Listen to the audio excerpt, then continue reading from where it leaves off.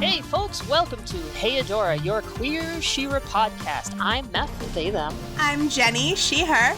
And we're here to discuss the first episode of the series, The Sword Part 1. Fuck yeah! Fuck yeah, dude! Fuck yeah! This is the most amazing pilot episode, maybe of any show ever. It's really good. The Sword Part 1 was directed by Adam Henry, written and story by Noelle Stevenson, aka Lesbian Twitter Jesus. Storyboard by Jen Bennett, Diane Ha, Polly Guo, and Joseph Scott. This is the one where we meet Adora and Etheria and find out everything that the show is going to be about. Yep. So let's start at the very beginning. So there's no song yet. This is the first episode, so we'll put a pin in that until next week. Just very serious, full-screen graphic She-Ra and the Princesses of Power. And the opening montage is just incredible because obviously this is an animated show, but it's an animated show made by a person and a group of people who have a strong background in comic books and graphic novels. And, you know, it really comes across.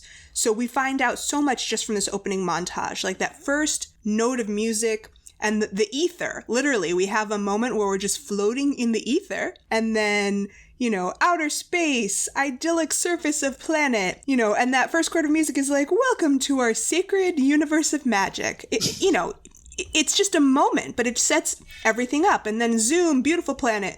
Zoom, ugly dystopian tech part of the planet, the underbelly, the fright zone. And then as you zoom into the fright zone, the first thing I thought when I was seeing it for the first time was legit like, wow, it's like a comic book is coming to life in front of my eyes and I can dive into it. One of the things that I noticed about the beginning is that they established the palette of the show. They established the visual palette of the show.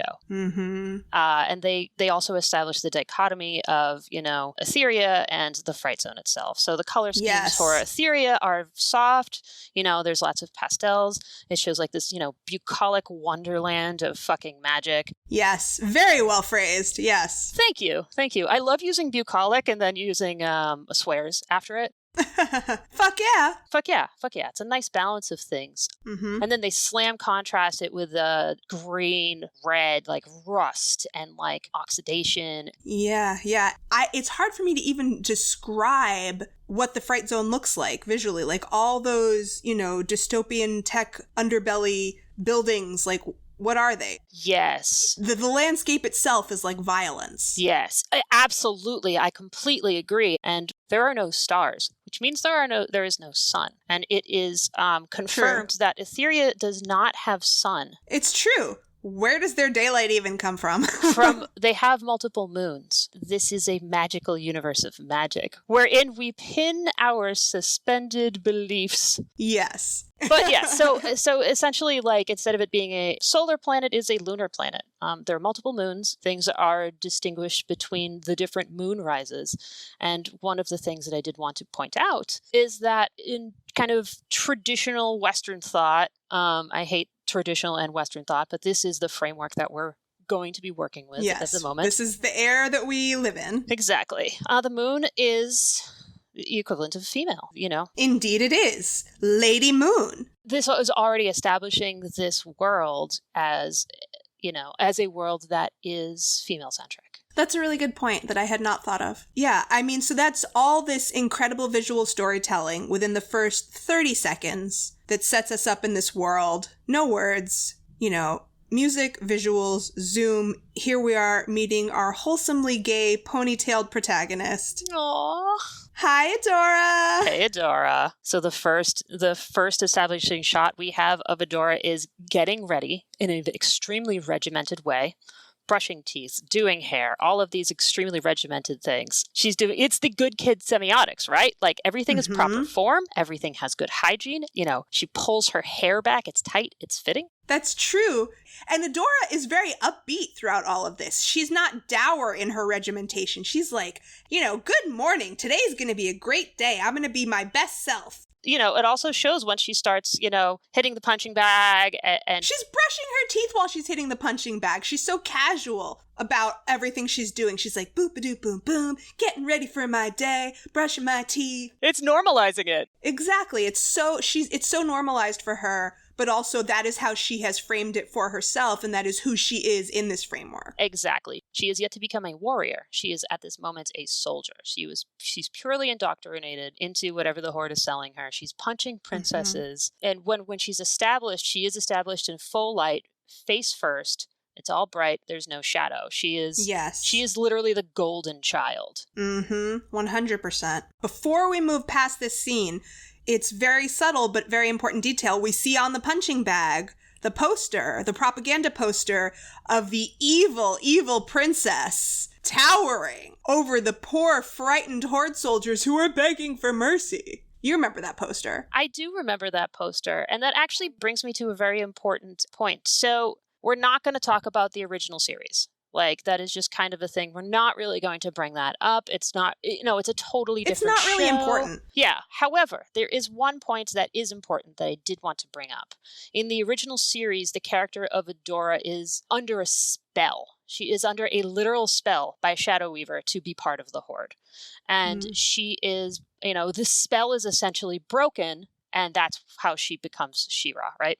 In Princesses of Power, she's under a figurative spell because she has been fully indoctrinated. Because that's what indoctrination is. Yes. So she was fully indoctrinated by Shadow Weaver, raised from a child, understands these people as her family and believes everything that is fed to her because she is under the figurative spell. She's under their thrall. And that's so much more scary, isn't it? Absolutely.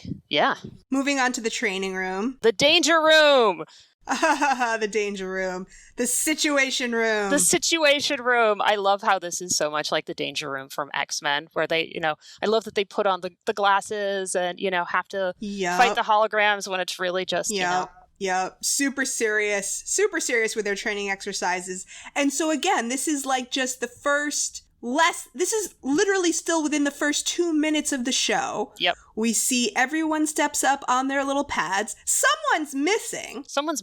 We don't know who yet, but Adora immediately whispers to the other cadets, "Where's Catra?" And most of them don't even respond, except for Lonnie. P.S. Hi, Lonnie! Hey, Lonnie. Ugh. We love you. So much. But, this is not your moment, but we love you. Lonnie's the only one who even answers, and Lonnie's entire answer is, Yep. And we see that this is a world where some people are lizards and some people are blue, and that's fine.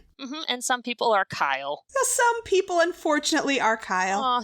Oh, Kyle. When we do see Catra, how do we see her, Meff? She is fully in shadow with her back turned, and all we see is her eyes. And we see her looking down on Adora from above. Yep, right. She's in a predatory position. Yeah, and so we don't really know right away, is this person a good guy or a bad guy? Oh, is she, though? Is she? I mean, we could say that throughout the series a lot of the time, and that could be a lot of the juice. But, upon first meeting her, it's like, oh, who is that girl? Who's that girl? Also, I have to just take a moment to laugh about, the drill sergeant. When he is giving them their scenario. Yes. All right, cadets, your mission is to take out the queen of the princesses. Like, I'm sorry, that made me bust a gut. It was so hilarious. And, and liberate Bright Moon in the name of Lord Hordak. So that's such a clear setup. And this is such a clear, framing of how they're being indoctrinated. These Horde kids are having their free will subverted because all they know is what they're being taught, that they're the good guys who stand for liberation and freedom. So, what is society? They've never seen anything different. They are the colonizers and conquerors, but they don't even know. Yep. And we'll kind of get to who's, the self-awareness around that. Yes. In other parts very soon. So they're training, they're working hard, they're kicking ass. No one more so than Adora. Yep. Seriously, Kyle. Oh yeah, we get our first Seriously Kyle at 2 minutes and 24 seconds. I definitely want a Seriously Kyle t-shirt. Oh, that's so then a good Catra idea. swoops in, legit right at the last second, and she pushes this basically totally already destroyed BattleBot into the hole without having done any work, totally straight up deadpan, having no expression at all. That's the thing about Catra. Catra does not fight hard, she fights smart. That's true. And she maintains a facade of total indifference. Which is a bogus facade. A facade, is it? It's a facade. It's a total facade. But so then we get to the juicy juice of Catra and Adora's first interaction. And again, it's Catra standing over Adora, who is in a vulnerable prone position on the floor. She falls in the hole. She saves herself from really falling with her stick. She's got her stick in the deep, deep hole. Yeah, Meff, she does. Would you like to say anything about that? Nope. Oh, really? You're not taking the bait? Wow. No, I'm not mastering that bait right now. Oh, nice. Zing. Okay, so, and then Catra looks down at her, but then Catra is smiling down at her. Aw, sweet baby Catra. The first thing that we hear Catra say is, "Hey, Adora." Yes, that is the first thing we hear Catra say. Yep. That's gay. Not gonna lie. The way Catra giggles and she says, "Oh, you know nothing's too low for me." Like, oh my god. So gay. So gay. First nomination for the moment that is the we all know that we all know we know moment, aka gayest moment. That is some gay ass shit. Yes. That is the first one. But like her voice, the quality of AJ's voice, that sultriness, it's incredible. It is very gay. And this is also the first time we see, this is the big motif alarm. Like, meep, meep, meep. So the first interaction that we see between Catra and Adora is the hand reach. Mm-hmm. So one of the motifs in the show, the visual motifs in the show, is either Catra or Adora reaching for each other's hand. Yes. And it is shown only in parts where their vulnerability is important to the scene, physically or emotionally or both. Yep. The first scene is this. One of the last scenes in the show is actually, Catra reaching out to Adora. That's right. That's absolutely right. Keep an eye out on that one, kids. We're going to be pointing that one out. After the training exercise is finished, they go back to their lockers. They're taking off their uniforms, laughing. It's locker room time. Yeah, gay locker room time. And it's clear that Adora's not really pissed. But Catra obviously enjoys rubbing it in, getting her jokes, laughing at how seriously Adora takes training.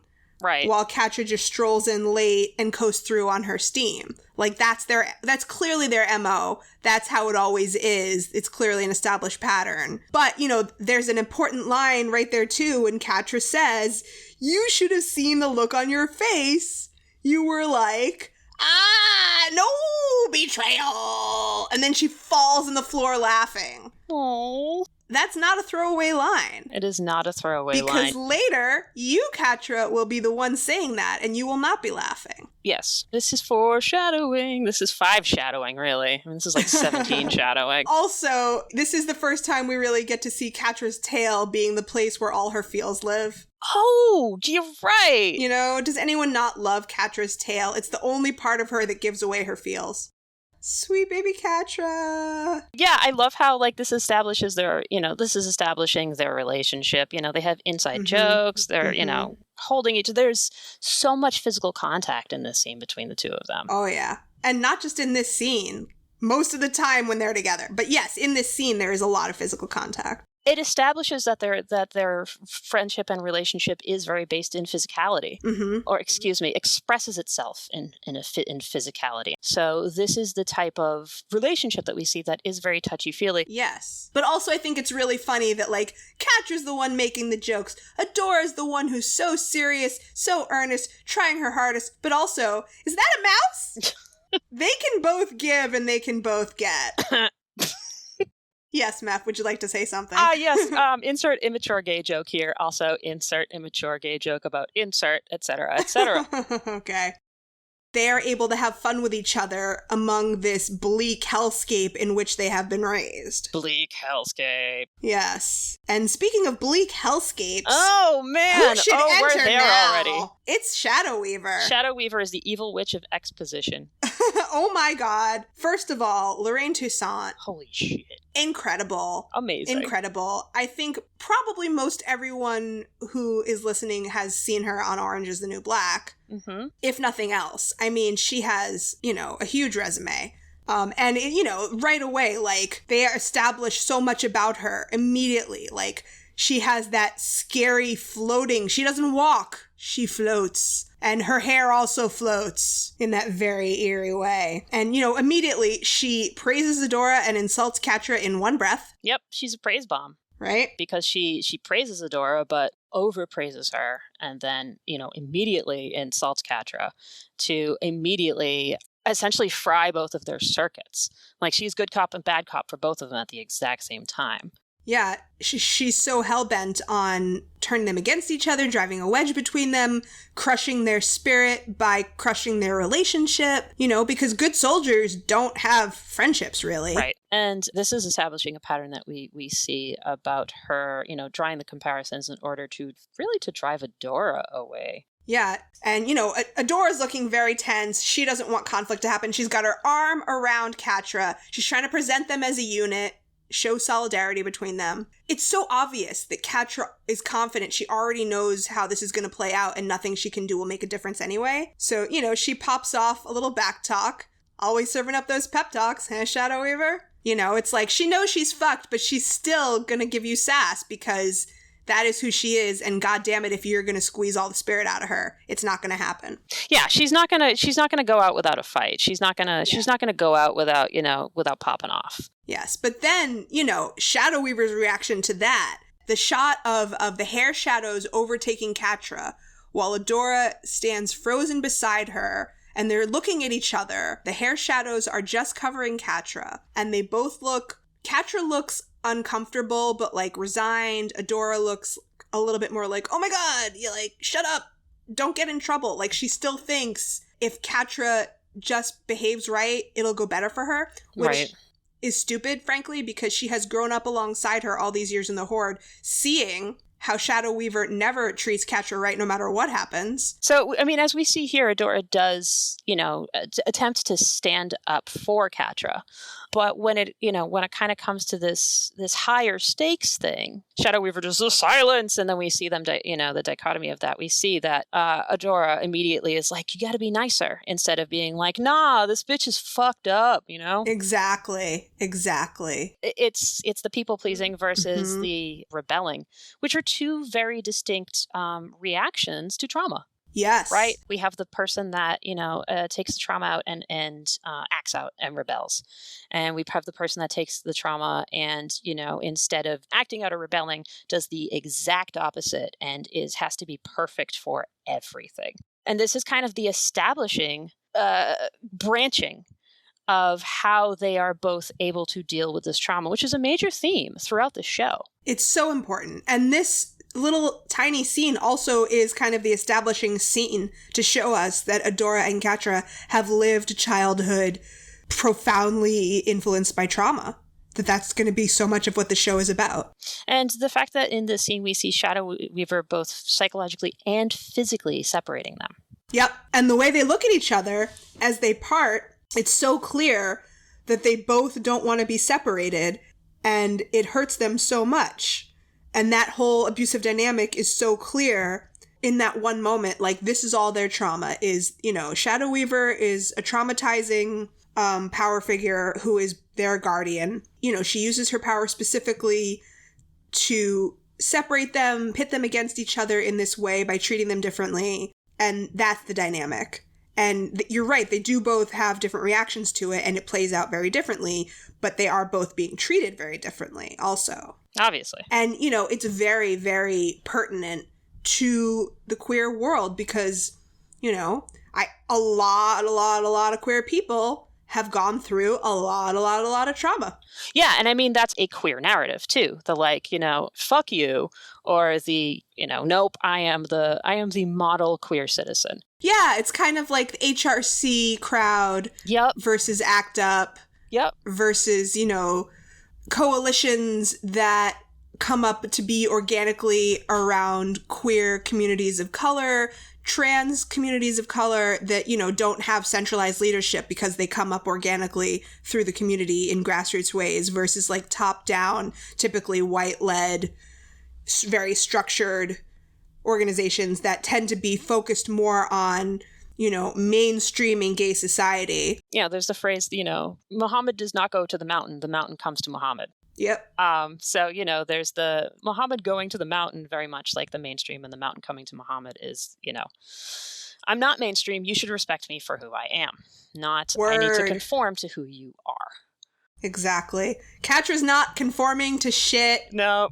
You better get used to it. Catra is not gay as in happy, but queer as in fuck you. Yeah. Oh, and there's one more little point I wanted to touch on before we move on to the next scene, which is Shadow Weaver talking to Adora while ushering her down the hallway and presenting her with her Force Captain badge. So, you know, Shadow Weaver promotes Adora to Force Captain, but then she tells her that she can't bring her team. So who exactly is she captaining? Like, who is she going to be the captain of if she can't bring her team? That's the unanswerable question. I mean, it's answerable in terms of the general theme of Shadow Weaver, right? Like, this is once again another part of her separating Adora from her team, from her teammates, from Catra, so she has more control over her. Oh, I know. But I'm just saying, like, the rank of captain, who are you going to be the captain of?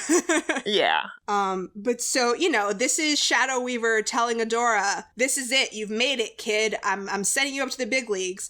And clearly Shadow Weaver wants Adora to be super, super into this and be excited about it. And Adora, especially when she finds out she's not bringing her team, isn't that excited about it, and she's obviously conflicted.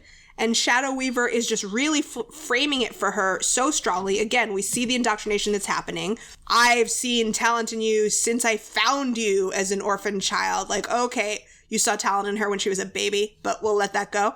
You know, this is what I've raised you for. Is this not what you've wanted since you were old enough to want anything? Ugh, that line. When you break it down, though, that's like, is this not what you've wanted since you were too young to know what you wanted, so I could slip in and tell you what you wanted? Exactly. You know, yet another point to Shadow Weaver's spell. Yep. And so, you know, Shadow Weaver leaves her gazing out the window over the Fright Zone hellscape again, and she's clearly conflicted, Adora, at the end of that scene when she's staring out over the hellscape, I think. Oh, I absolutely agree. I mean, this is kind of the first time we see the conflict of Adora. What does Adora want versus what is expected of Adora? Yes. And, you know, Adora's motivations are very much doing what is expected of her. I mean, that's a major drive throughout the show, right? Yeah, and that's what people pleasers do. Right, exactly. And that's the tension, you know, that's Adora's internal tension. Yes. Even when she is with the rebellion, I mean, her being able to question whether she can do what she wants is central to the entire journey. Yep. Versus what she feels she is obligated to do. But, you know, at the core of her struggle right now is what she thinks is the right thing to do. That's what she's wrestling with. She thought she knew what the right thing to do was, and now she's no longer sure. Very fascinating subject. So sure. I mean, it's definitely central to this episode, absolutely. At the very least. Yeah. Oh, yeah, totally. But now... Do you want to move on to Bright Moon? Now we're moving on to Bright Moon, baby! Oh my god, everything is bisexual lighting. It's all bisexual flag colors everywhere. Yes, Bright Moon is bisexual heaven. I was going to say the exact same thing. Really? Yeah. Welcome to Bi Moon. Yeah, it's an incredibly beautiful... I mean, all the landscapes are incredible on this show. And they lend so much character to the communities that live within each landscape and show us so much about them. You know, there's a beautiful waterfall and this gorgeous floating runestone, you know, and the castle. And, you know, everything is like glimmering. Glimmering, you say? I might say. Which might lead us to meet someone. Is it Glimmer? Commander Glimmer. It's Commander Glimmer. Commander Glimmer. Oh my god. I could just plots. Plots away, friend. I would like to plots at the mention of Commander Glimmer, the tiny chutzpah machine. Oh my god, she is the tiny chutzpah machine. She is just like, she just churns out chutzpah everywhere she goes. Yeah. But although she is tiny, we could discuss that she has a non-traditional body type for cartoons. True. Which is fantastic. She thick. She's thick. Yeah. Here for it. We are here for it. I like her thighs. Yeah, I mean, thick thighs save lives, and if we are going on that, then my thick thighs are the Red Cross. My thighs are so thick that they save multiple lives. So here's Commander Glimmer, who is not afraid to make a scene in front of the Queen's royal court, which seems, again, very ballsy for a tiny commander. She's a hot-headed rebel girl. Yeah, so what would inspire a young commander to be so ballsy in front of Her Majesty's royal court? Is it because it's her mom? Mom? You never let me do anything! And it's so, it's funny because we see the contrasting Shadow Weaver as mother versus Angela as mother. Mm-hmm. I mean, obviously visually they're different. Visually, they're extremely different, except that they're both tall and skinny. And they're both tall and skinny. And also, I mean, Angela is literally an angel. Yes. An immortal angel. An immortal angel. Whereas Shadow Weaver Yes. is surrounded by shadow. She is shadow. She weaves shadow. But so, Queen Angela is concerned about Glimmer's safety above her military use. Even though she's a commander. Glimmer's first point, why did you make me a commander if you're not going to let me fight? Why did she make her early teen daughter a commander? She's clearly in her early teens. This is early teen behavior. She's the youngest of the group. Yeah, I would agree. Even if she's not physically, actually the youngest of the group, she acts the youngest of the group. She does. She has a very black and white worldview. And listen, I was the exact same way as a young teen. When I came out hard at the, very end of 9th grade, beginning of 10th grade. Justice was very black and white. And it wasn't just about queer justice. I was very black and white on racial justice, environmental justice. There was no middle ground, and there's no middle ground for Glimmer. She doesn't want to give up anything to the Horde. She wants to defend. Yes. And, it's understandable. She's very passionate, and we're going to learn more about that as we go on. But she's so ballsy. I love, she doesn't care that she's embarrassing her mom in front of the royal court. Oh, I'm embarrassing you. That's just such a great line. Yeah. And one thing I did want to bring up is that what we see kind of throughout this episode and going into the next episode is that Glimmer is very driven by ego. Yeah. She's very driven by, I could have done this. I need to get the sword, and she couches it in but it's good for the rebellion, but it's almost an afterthought, the way that she does it. I think it's more than an afterthought. I feel like she's justifying it. But I feel like a lot of her drive is ego, and a lot of her drive is proving that she's worthy of something. Yes. Yeah. I mean, certainly I agree with you that Glimmer is motivated by wanting to prove herself to her mother, who is an immortal angel. So right. Obviously that's a large shadow to live under. But Glimmer, a deep defining part of who she is that she is passionate about saving her people and standing up for them and not letting any bad fate befall anyone and not giving up an inch to the Horde. Yeah, but she is about saving her people. That's the emphasis sometimes that Glimmer has, is that she is about, saving her people. Yes. Do we want to get back to the Fright Zone? Yes, let's get back to the Fright Zone. Get back to the Fright Zone. Because Adora is spending some broody alone time with her Force Captain badge. Because it's everything she thought she ever wanted, but somehow now that she has it, she feels kind of weird. Gee, if only someone would straddle her. If only someone would come help her with this conundrum by physically lying on top of her from above. Yeah. Oh, wait. That is what happens. Because fucking gay. Because Catra. I legitimately have in my notes, geez, Catra, do you really have to just pounce on and straddle Adora? Answer, yes, because fucking gay. And that's my second nomination for Gayest Moment, aka We All Know That We All Know. And I'm just going to let you guys know real quick, the reason that I am so fond of this funny little phrase, we all know that we all know, is because I am a cultural theory nerd, but I do have a master's degree in media studies. And so part of what makes this show so exciting and so fun and so cathartic for us as queer audience is the fact that we have this awareness as the audience that we all know that this shit is queer, and we all know that it's meant to be read as queer because of who's making it and what's going on. And we all know that everybody else knows too. You know that you're not just sitting in your own little bubble being like, wait, is this queer? Am I crazy? Am I the only one who sees it? Because that's, you know, how you felt when you were a child, certainly.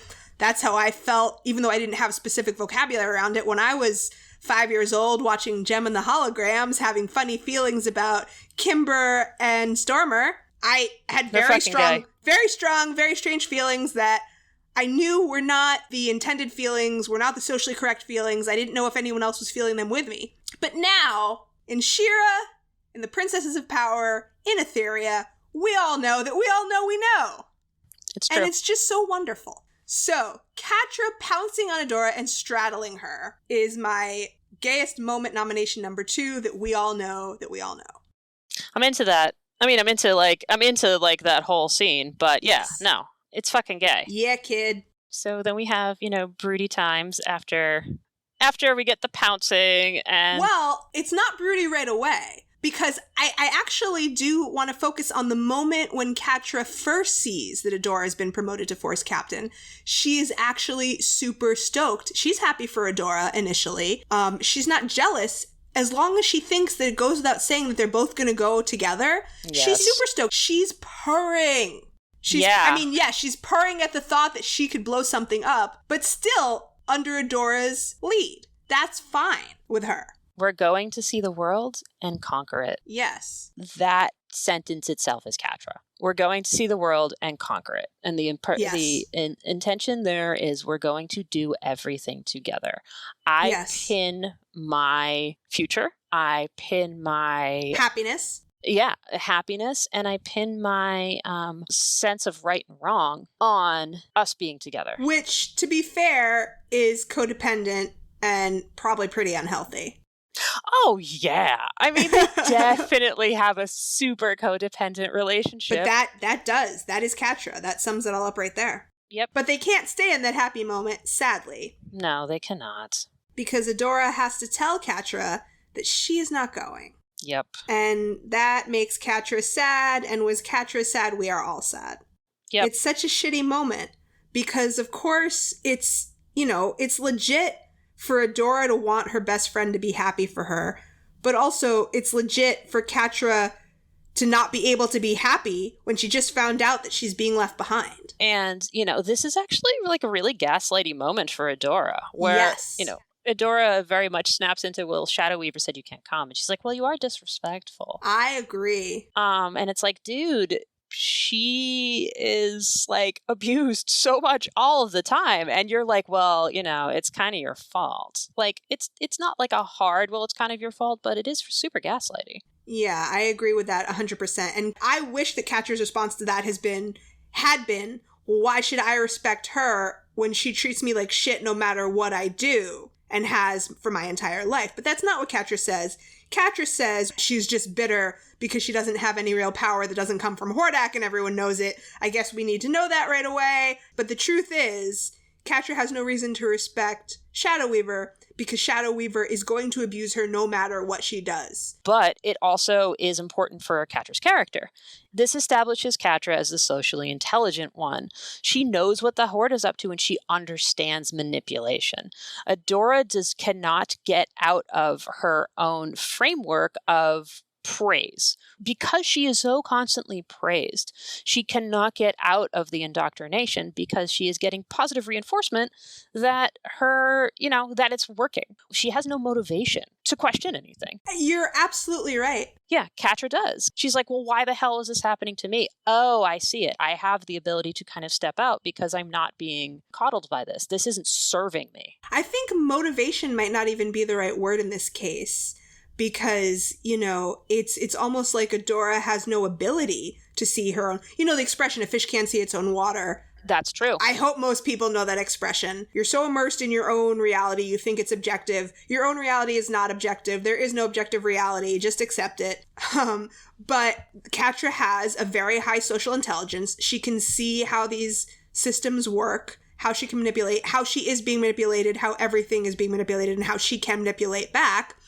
Adora, she is always doing her best, and she just kind of assumes that everyone else is always doing their best unless they give her a reason to show her otherwise. Right.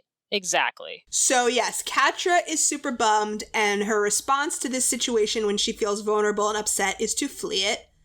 She jumps away with her Katniss, and there's an incredibly beautiful shot here that I don't want to miss of Catra up on top of this structure that I, again, don't know how to describe because it doesn't seem to do anything. It's like this big, techie Lego construction thing that has like a platform on the end of it, and she's by herself on the end of this platform with this beautiful, huge orange moon behind her. Is Catra in shadow in this too? I think she's in shadow. You see her, you see her profile. Right, okay. Yeah. And then, of course, she knows Adora is coming after her. We know she knows that. Yep. Adora has to go out and get her lesbian climbing gear.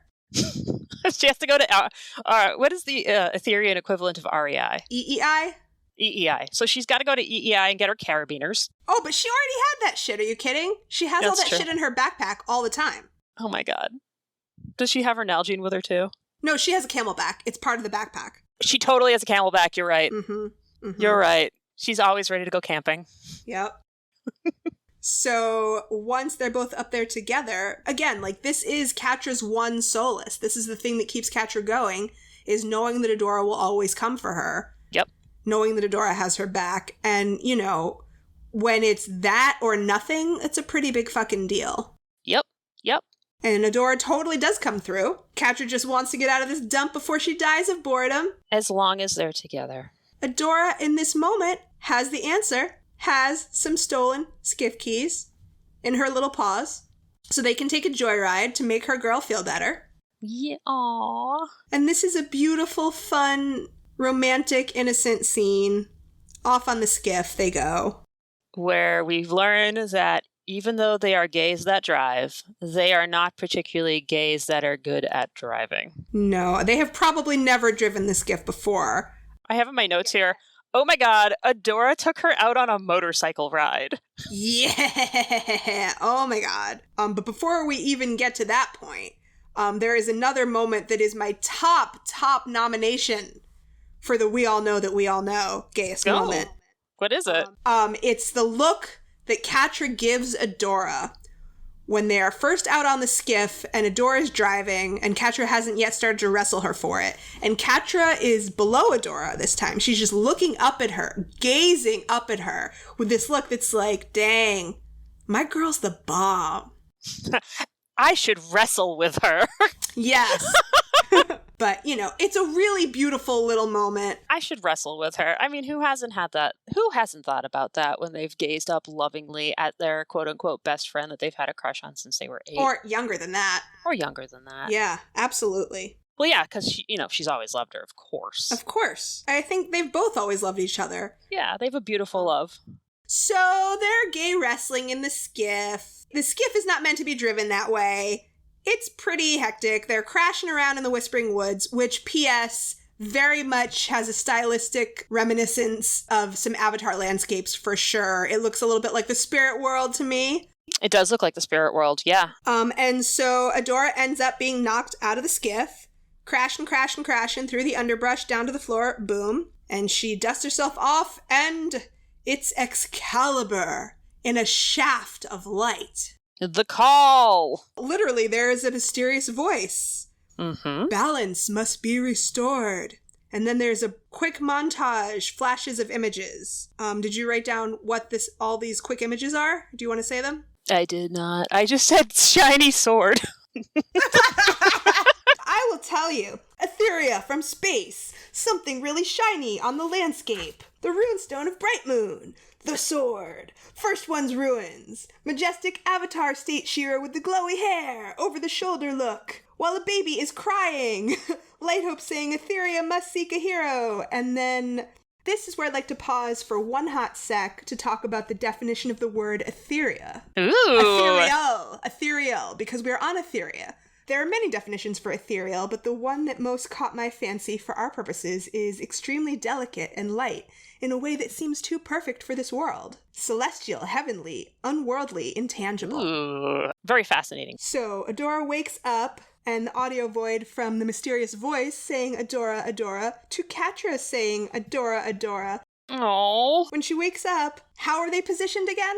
Well, Catra is straddling her on top of her, very, very close to her face. Just really trying to get in there, trying to figure out what's going on with her, her gay that can drive. Don't be brain damaged. Are you brain damaged? Knock, knock, knock. So one thing I do want to bring up is, she's straddling her, and she's like, "Oh, Adora, wake up! How are you? What's going on? Are you brain damaged? Shadow Weaver is going to kill me." Yes. Her first response wasn't, "Are you okay because of me?" It was, "Shadow Weaver is going to kill me." It's more evidence of Catra living in fear of Shadow Weaver. Yes. She holds Catra accountable for Adora, and she doesn't separate Catra from Adora. She separates Adora from Catra. Psychologically, Catra's like a satellite of Adora.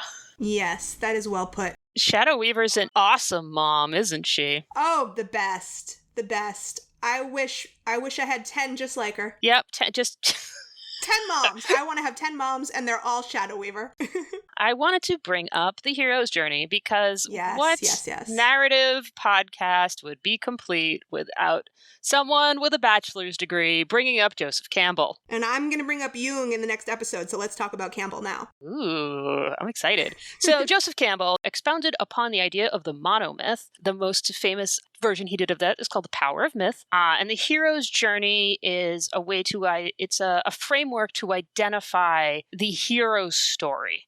Literally the journey that a hero takes from when they start becoming a hero to when they do their, until they do the thing. Because the hero is always doing the thing. It's one cycle of a hero's story. Yes. The framework is most famously used in pop culture with Star Wars. So Joseph Campbell was deeply influential on George Lucas, who actually got the book The Power of Myth and based the story of Luke Skywalker pretty much beat for beat on the beats that Joseph Campbell identifies in the hero's journey. Noelle Stevenson is a massive, massive Star Wars fan. It's pretty influential in some of the visual styles throughout She-Ra. Definitely Absolutely. Later on. And in the narrative styles. I mean, she talks about how, the first things that she used to write are like Star Wars fanfic. So of course that is going to bleed in. So this is the calling, or the call to adventure. And this is the hero begins in a situation of normality. In this case, it's Catra and Adora just having a good time, going out, being some gals, being pals. Gal pals joyride. Mm-hmm.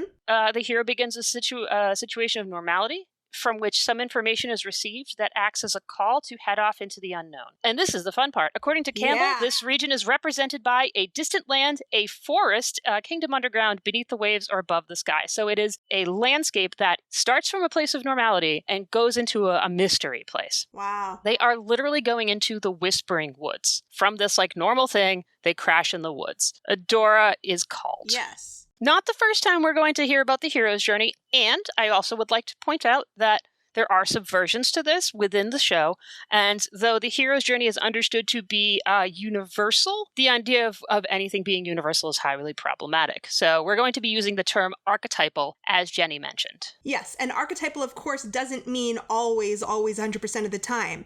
It means often. Yes. So... angry baby bye, baby Glimmer. Aww. I love that everything in Glimmer's existence is in bisexual colors. I know. I mean, it's very defining for her. And I love how this is an honorable mention for gayest moment. I know it's not going to win, but Glimmer writing angry letters to her mom in her journal because queer processing out loud on her bed with her feet up. I know. That's pretty gay. It's so gay. And then there's a real quick misdirect where there's a shadowy figure outside Glimmer's room in the woods, and there's an arrow shooting over her head. Oh my god! But surprise! It's an arrow with an adorable note with a winky face, and it's her best friend, Bo. Sweet baby Bo! I love it! Sweet baby Bo! So I would like to point out that Sweet baby Bo, actually has almost the exact same intro as Catra, in that he's introduced in the shadows. But it is much more of a misdirect instead of... It's 100% misdirect. Yeah, it's a misdirect. I mean, it's like, Sweet baby Bo does not live in the shadows. He walks right out of those shadows and says, "Hey, Glimmer!" Whereas Catra slinks around and you only see her, at the very last minute. So. Yes. So, and Glimmer over here, she is honoring the terms of her grounding even though she can teleport. Yeah. He's yeah. like, come out. She's like, I'm grounded. Yeah. What? I'm grounded. So then she has to show us that she can teleport. She teleports him into her room. Yep. I love exactly that, to show the audience that Glimmer can teleport, as well as to, kind of show the ridiculousness of her being grounded. She literally just like poofs out the door, grabs Bo, and then goes back into her room. Yeah. She's not like, F this, I'm running away. She's like, yeah, because fundamentally, she's a good kid. Yeah, exactly. But can we talk a little bit more about who Bo is? Please. Bo is the guy who will listen to you blow off steam about how your mom won't give you enough military independence and fold your laundry while giving you life advice. Bo is the exact, opposite of toxic masculinity. Mm-hmm. Yes, and actually, that little throwaway moment of Bo folding, I don't think it's laundry, I think her room is just messy, and he's tidying. Yeah. That tiny little moment of him, folding her messy clothes and putting them away while he's listening to her rant is one of the first real signifying moments of the total lack of patriarchy in this world. Agreed. And I would like to tack on to that not only is he sitting there folding it, but he's folding it, asks where it is, nonchalantly she says it goes in that drawer, does not break the beat of the conversation. It shows not only is this a fine thing for, him to be doing, but this is the familiarity of their relationship. Yes, this is normal. Yeah, this is normal. And this is a comfort thing. This is how Bo comforts. Bo comforts by taking care of. Bo literally has a heart on his chest. He does. And also, I love the fact that, while he's also so supportive and he's such a good listener, he's also, not just going to tell her whatever she wants to hear. He's also going to tell her the truth. He's like, well, your mom's got a point. You did just jump in there with no plan. And, you could have been really hurt. The only way you got out was using your teleportation powers, and you can't always control them that well. So now we learn, also exposition. Glimmer doesn't have total control over these powers. They're not infinite. Mm-hmm. But also, that Bo is going to give her a reality check. Yep. We also learned that Bo is the emotional intelligence of the show. Yes. Bo understands the emotional intelligence of all of the situations involved. There are very few situations in the show that I can think of, certainly not off the top of my head, where Bo does not understand the emotional underpinnings of the actions. Yes. That is so important. So the end of this scene is that Bo is trying to convince Glimmer to accompany him to go find this piece of First One's tech out in the Whispering Woods that he's tracking on his magical iPad, because that will totally impress her mom and get her back in good. And Glimmer's like, yeah, well, I'm grounded. And at that moment, of course, her mom comes knocking at the door. She zips him back outside to the ground. He's sitting there chilling, and we hear from his point of view in the woods the adorable faint sounds of young teen mother-daughter fighting in the background. It's like, rah, rah, rah, rah, rah. And then, she just poofs by his side. I'm in. She's like, let's go. Let's go. Another thing I want to point out is we also learn here that Bo is an engineer. Bo is a scientist. Bo is extremely good with tech. And having that kind of, having him embody both, being the heart, the emotional intelligence and also the technical intelligence of the core best friend squad is also a really, really lovely character move. Yeah, I don't think he's a scientist, but he is a techie guy, for sure. He's a tech. Yes.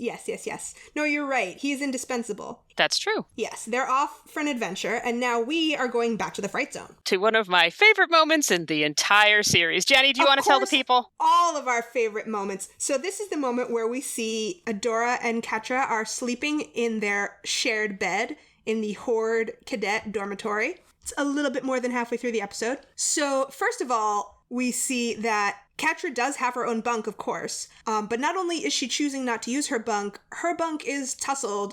It's not neat. It has been slept in. So the implications there are that she went to sleep in her own bed at bedtime. And then after everybody else was asleep, she snuck out of her bed to sneak into Adora's bed, because they can't just both get in bed together at bedtime and be like, okay, good night, everybody. We're going to bed in our bed now. We're going to spoon in this twin-size bed. Yep. Nothing is gay there. Nope. Nope.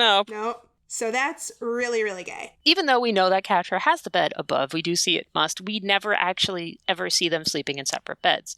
So from the visual narrative standpoint of the show, It is their bed. Totally. Another thing that strikes me because of the pain and the adolescent memories that goes with it is that Catra is sleeping at the foot of Adora's bed. And Yes. the implications there for me are there's a certain measure of aloofness and insecurity, because it would take a lot more guts for her to crawl up under the covers fully, like you said, spooning Adora and being like, hey, babe, how you doing?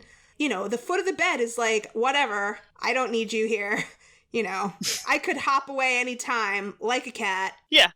She is also sleeping like a literal cat. Like a literal cat. But we don't know whether or not anyone else has ever seen it. We have to assume that the other cadets have woken up in the middle of the night to pee at some point, get a drink of water, and they have seen it and chosen not to make a fuss. Yeah, I don't feel like anybody, like any of the Horde kids, are surprised by anything. Yeah, I don't mean, think they give a shit. Yeah, they're like, oh, it's those two. Yep.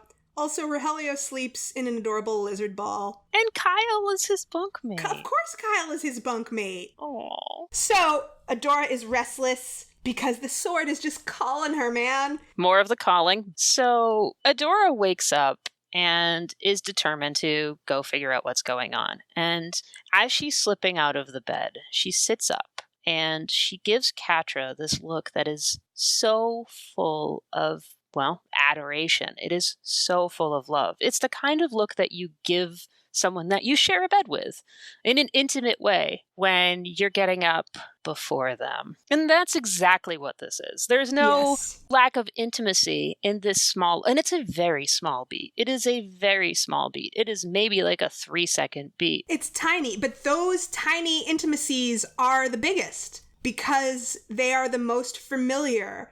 They are the most deeply ingrained. It's not the giant gestures. It's the everyday choices that make a relationship intimate. And you don't get more intimate than trusting somebody to be awake near you when you're asleep and vice versa. Mm-hmm. But then she sneaks out, which is great. And Catra's all ready to go because this is so sad. She just assumes that if Adora's going to go check something out, that it goes without saying that they're both going to go. Exactly. But this is something Adora has to do on her own. She doesn't frame it as, I need to do this on my own. She says, I don't want you to get in trouble on my behalf. But she's gonna get in trouble either way. Everyone knows that. But it's also more of Adora's totally awesome, like, self-sacrifice bullshit, you know? Yes, that is true. Don't get in trouble for me. I will take this. You just make sure you cover, you know? Yeah. I will take all the risk. I would never let you risk yourself. Exactly. It's like, dude, shut up. But it's also really heartbreaking because she doesn't see the fact that Catra is going to get in trouble for her no matter what happens. Right. Also, like, dude, just let your girlfriend come with you. But, you know, this is her hero quest. It's not Catra's hero quest. I know. And they've never really, and yeah, they are deeply entwined.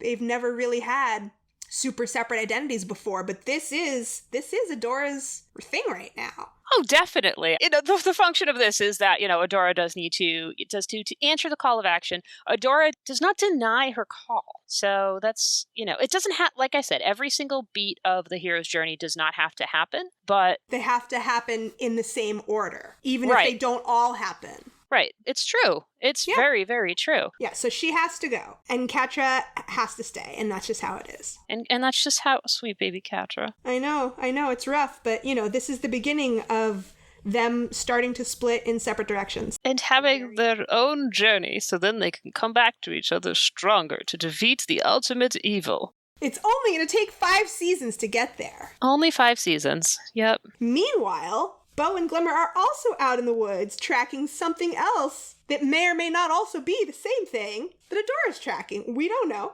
We don't know. They're just looking at their magical iPad, man. There's something beeping like crazy on that magical iPad. Yep. They're just tracking something. They don't know. And then there's a big glowing light. Big ass glowing light. Everybody can kind of see it now. Bo, Glimmer, Adora, all converging. And then what happens, Meff? It's the dumbest fight possible. Yeah. But, like, before they fight, also, like, Bo and Glimmer's reaction to Adora is also just, like, hilarious. They yell, "Horde soldier!" And they, like, wave their arms around without even moving their bodies. They look like damn fools, and they wrestle like children. So I think that's another thing that I want to point out is that a lot of the beats in this episode still frame them as children. Yes. Like kids. Like they act like kids in this moment. Glimmer acts like a kid when she's writing angry letters. Catra and Adora act like kids when they sneak out. Like, this is the innocence before the story. And now they're all dogpiling on top of each other, trying to grab the thing that none of them are supposed to have anyway. Adora does eventually reach the sword first, touches it again, boom, light again, and this time she actually meets the strange voice in floaty magic tech hologram space. We didn't get there before. We didn't get there before. So now she sees Light Hope. She doesn't know it's Light Hope yet. But this time she gets to the actual words. The actual call that is the call. Will you fight for the honor of Grayskull? So that's the big call. And she doesn't know what's going on. She's asking questions, don't get answered. What the shit? And then she wakes up as Bo and Glimmer's prisoner. What the shit, indeed. Light Hope, the Art Deco cyber mentor that we all need. Yeah. So we have Glimmer and Bo and Adora. Glimmer's pretty pleased with herself at this point. She's got a prisoner. She's going to prove everyone. She's going to prove to her mom that she can be a good commander. Mm-hmm. And they've got the first one's tech. So now they're heading back. And Adora is also pretty serious. She prefers not to swap pleasantries with her captors, right? Oh, she's such a soldier. She is.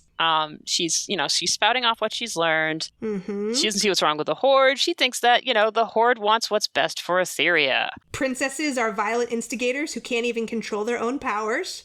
Yep. And which, Glimmer did not really do much to dissuade that argument, to be fair. Yeah. But then, there's Bo giving her the side eye to reality check her a little bit. He's like, you've never actually met a princess, have you? And that kind of shakes her a little bit at what her understanding of common knowledge is. Versus right. Like, well, this is what Hordak has told you. Mm-hmm. And, which makes sense for Adora, considering that this is the only family that she's ever known. And she does not understand why other people would call them the evil Horde, as Bo, humorously points out. Yes. But now, they are about to stumble upon the wreckage of a village destroyed by the Horde. So that's no good, right? I feel like that's a pretty rude awakening. Yeah. On the spectrum of rudeness. Yeah. It's pretty harsh. Pretty rude. Pretty harsh wake-up call. Pretty harsh, dude. Adora doesn't believe it. She's like, no way. This is no. Yeah. And the only way that Glimmer can convince her that it's true is by showing her the Horde bots. The Horde symbols imprinted on all the buildings. The Horde, the Horde was here. Haha, fuck you. Here's our stamp. Pachung. We were here. We fucked you up. How did they get there? Like, what do they have? Like, do they have like a dedicated tagger who just follows them around with spray paint and a stencil and is like, all right, Billy, time for you to go. Let folks know who it was. And he like, right? I have definitely wondered that too. That's Kyle's job. That's all he's good for. Also, okay, look, let's break this down just a tiny bit. Okay, fine. We understand that the visual point of this is to show that us, the viewer, sees that the Horde did bad things. But in the universe, like, what's the point of showing, like, it's like, hey, so we conquered this village and it's now, like, fucking dust. Like, there's nothing here. So we're just going to show you that we did this. It's a psychological warfare tactic, right? Like, is that what we're doing here? Yeah, of course. Of course. That serves no other purpose than to instill more fear. There's a very small line that's also important. I don't want to swift by it too fast. That when Glimmer and Adora are still arguing over whether or not the Horde did this, when Adora says to Glimmer, Hordak says we're trying to make things better on Etheria, more orderly. And so that notion of better being more orderly, that's a real basic invoking of fascism. And is that another way of looking at magic versus tech, which is a big undercurrent of the whole show? Ooh, that's tasty. Because magic is not orderly. No, it's not. And technology is orderly. Fascism is very orderly. Yes. Just saying. Also just saying that we're literally showing, they are tropes in Western storytelling, the masculine, orderly, industrial, led by Hordak, the male, versus the soft, like it's literally called the moon, it's bright moon. The soft, the magic, the nighttime, the woods, organic shapes, and that's all, from the rebellion. That's all Queen Angela, so. Yeah, that's fair. Drawing those parallels. But so actually, this is really gut-wrenching, this next part where Glimmer really gives Adora a good how-to. And really gives us another good insight into Glimmer's character and who she is. She's so devastated by this devastation. Sorry, I know that's a horrible thing. She's devastated by the devastation.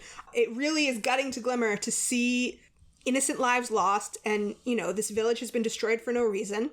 And Adora, has no idea, was not a part of it, but that doesn't matter to Glimmer. Glimmer is introducing her to the first time to guilt by complicity. Adora is part of this. She's part of the Horde. Yep, she is. Ever since they got here, so now also we know that the Horde hasn't been here forever. They've poisoned the land, destroyed the villages, everything, and you're a part of it. How's that for orderly? And Adora's like, bah. Yeah, Adora is shook. Shook. And, she receives it. She hears it. But that doesn't matter anymore when a giant glowy bug enters the fray. Yay, monster time! It's monster time! Adora is willing to protect everybody, but Glimmer's like, fuck you. Yep. Well, and also, not for nothing, it really is something that I will give Glimmer is the power of visual symbols.